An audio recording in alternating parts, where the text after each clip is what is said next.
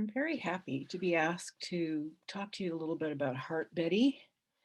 I first met this tall turbaned gentleman who has intense eyes and a lot of enthusiasm about everything that he does when he asked me to collaborate with him on a teaching project related to anatomy in the curriculum at Tufts.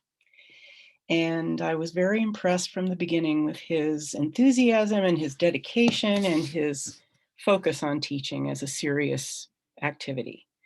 I was lucky enough to get to know him a little bit better when I asked him and a resident of his to join me in a visiting professorship in China. And so here's a picture of Dr. Bedi.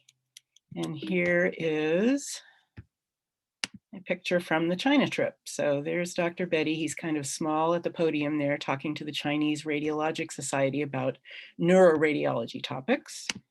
And here is Dr. Bedi right here in the foreground enjoying a fabulous meal, one of many from our hosts at the Shanghai University in Xining.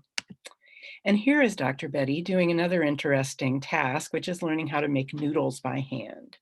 So as you can see from all of these activities, he's open to new things. He's interested in collaboration.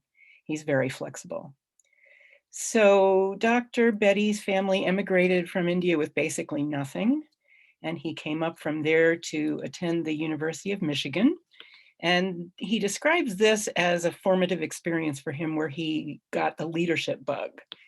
And he became the president of the Indian Students Association. And one of his proudest activities there was to organize visits by the football team to the children's hospital. And he got to know the iconic football coach, Bo Schembechler, at this time. So next came a post back at Georgetown, which after completion, he actually spent a year being a substitute teacher in physics in the high schools in the DC area, which he also loved. And he was particularly proud of being asked to serve as a prom chaperone.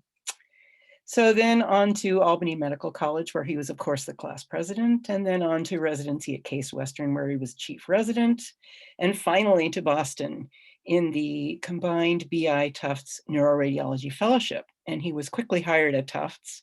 They knew a good thing when they saw it. And by his second year on staff, he was program director. So I also had interactions with him as program director as he was working on lots of digital innovations using iPads and mobile technology. He's written on all of these areas. This is a photo I found online from Dr. Bedi in his visiting professorship at South Africa.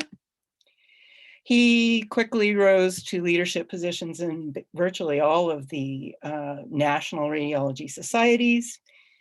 He organized a lot of virtual teaching activities way before COVID. So he had set up virtual grand rounds for his residents at Tufts, collaborating with Petra Lewis at Dartmouth and Larry Davis in Long Island. He was flipping classrooms. He was teaching about non-interpretive skills before most of us had ever heard of any of those things.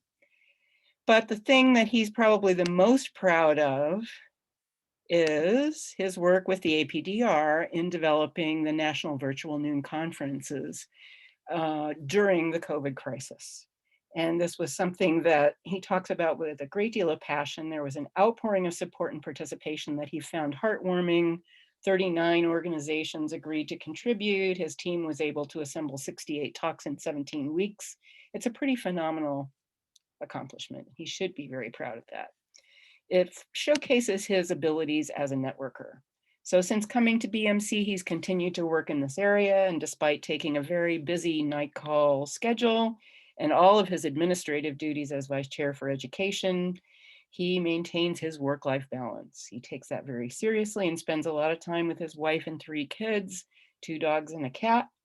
He talks with a lot of passion about a recent trip that he took with his wife to India, where he was able to meet members of his extended family that he had never met before and visit the Golden Temple, which is the most holy place for Sikhs. And he and his wife sat on the floor enjoying a traditional langar-free communal meal. This is given out to everyone in the temple, regardless of religion, caste, or gender. And this reflects his dedication to inclusion, acceptance, and equity. These are very important concepts for him. And I'm proud to consider him a colleague and a friend, and I'm thrilled for him to receive this prestigious award.